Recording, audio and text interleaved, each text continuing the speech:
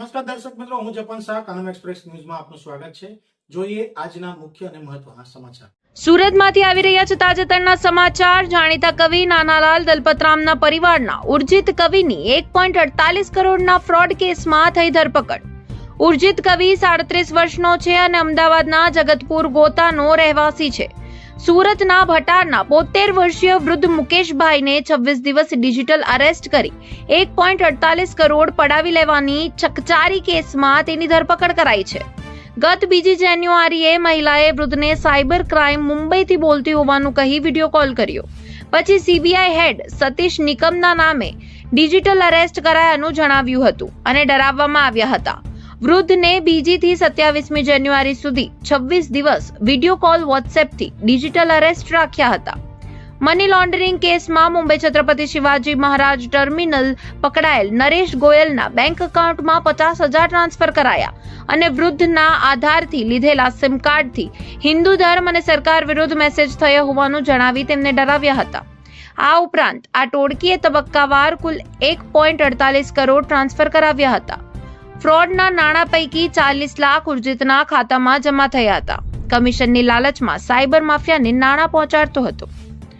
Urjit HR consultancy ચલાવતો હતો અને ધંધામાં નુકસાની થતા ફ્રોડના રવાડે ચડ્યો હતો. આ ઉપરાંત અમદાવાદમાં તેના વિરુદ્ધ ચીટિંગના 2 અન્ય 5 ગુના નોંધાયેલા છે. NCCRP પોર્ટલ પર આરોપીના એકાઉન્ટ પર 12 ફરિયાદ નોંધાઈ છે. ટેકનિકલ સર્વેલન્સના આધારે સુરત સાયબર સેલે ધરપકડ કરી. અગાઉ પણ આ કેસમાં આરોપીઓ પકડાયા હતા. સાંભળો આના પર સાયબર ક્રાઇમ સુરતના ડીસીપી બિશાખા જૈનનું શું કહેવું છે. રિપોર્ટર સાગર સોલંકી, સુરત. એક 72 વર્ષના સિનિયર સિટીઝન સાથે 1,47,00,000નું ડિજિટલ અરેસ્ટ કરવામાં આવ્યું.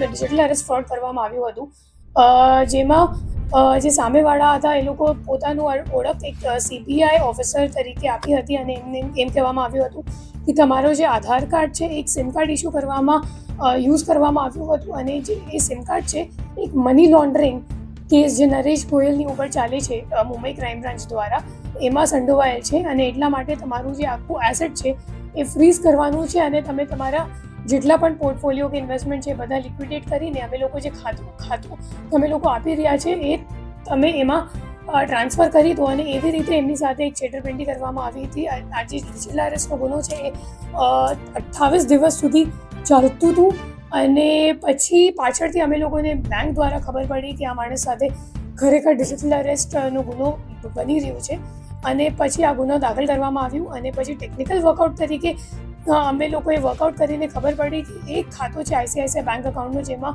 39 લાખ 1,47,00,000માંથી 39 લાખ રૂપિયા અમદાવાદનું ICICI બેંક એકાઉન્ટમાં ટ્રાન્સફર થયું હતું.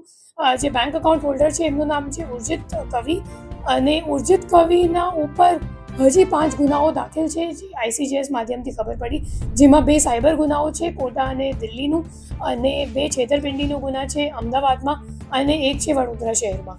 તો એવી રીતે સુરત શહેર સાયબર સેલને સિવાય બીજા 5 ગુના પણ આરોપીની સામે રજિસ્ટર્ડ છે.